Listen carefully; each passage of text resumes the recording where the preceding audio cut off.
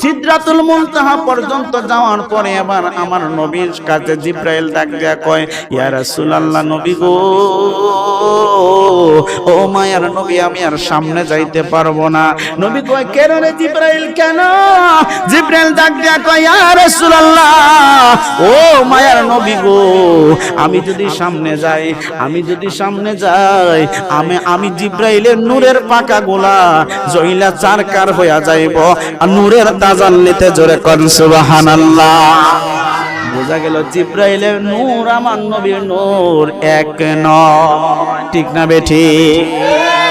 অনেকে বলে জিবরাইল নাকি আমার নবীর চেয়ে বড়। এই কথা মনে মনে জিবরাইল একদিন ধারণ করছিল যে নবীজিকে একদিন যে ডাক দিছিল, তখন মা ফাতেমা বলছিলেন চাচা। এবার মা ফাতেমা যখন জিবরাইলকে চাচা বলছিলেন, তখন জিবরাইল আলাইহিস সালাম মনে মনে কয়, কি রে, আমাকে চাচা বললো, রহস্যটা কি? আমি তো অনেক বড়, আমার আগে তো এত কিছু সৃষ্টি হয় নাই। আমার নবী মুস্কি মুস্কি হাইসা কয়, প্রথমে আমার নবী দেখা হওয়ার সাথে সাথে কয়, জিবরাইল, তোমার বয়স কত? সুবহানাল্লাহ। আমার নবী জানে কি জানে না? নবী ডাক দিয়া কয়, ও জিবরাইল, তোমার বয়স কত? জিবরাইল ডাক দিয়া কয়, ইয়া রাসূলুল্লাহ, ইয়া হাবিবাল্লাহ, নবী গো, আমার বয়স কত আমি জানতে পারি না, আমি বলতে পারবো না। জিবরাইল নিজেই জানে না তার বয়স। সুবহানাল্লাহ। তবে একটা ইশারা দিতে পারবো, একটা চিহ্ন দিতে পারবো। ওই আলামতটা হচ্ছে, আমি মাঝে মাঝে একটা তারকা দেখতাম, যেই তারকাটা আসমানের মধ্যে উদিত হইয়া এই তারকাটা আবার নিভাইয়া যাইতো। এই তারকাটা একবার যদি উদিত হয় আর একবার যদি নিভে যায়, মধ্যখানের মধ্যে ৭০,০০০ বছর গ্যাপ হইয়া যায়।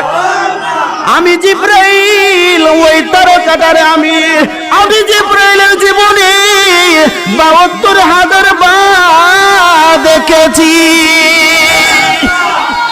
এবার আমার নবী ডাক দিয়া কয়, ও জিবরাইল, ৭২,০০০ বার দেখলা, এখন যদি দেখো তুমি চিনবানি।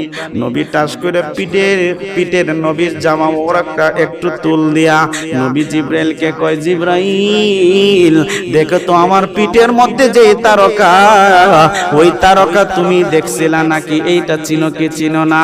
জিবরাইল ডাক দিয়া কয়, ইয়া রাসূলুল্লাহ, আপনার পিঠ মুবারকের মধ্যে যে তারকা আমি দেখতেছি, এটাই হলো সেই তারকা। জোরে কোন সুবহানাল্লাহ। জিবরাইল এবার বুঝে গেলেন আমার নবী ওই তারকার সূরতেও ছিলেন। সুবহানাল্লাহ বলেন। আমার নবী ময়ূরের সূরতেও ছিলেন, আমার নবী তারকার সূরতেও ছিলেন। আমার জিবরাইল বুঝে গেলেন অবশ্যই নবী তো অনেক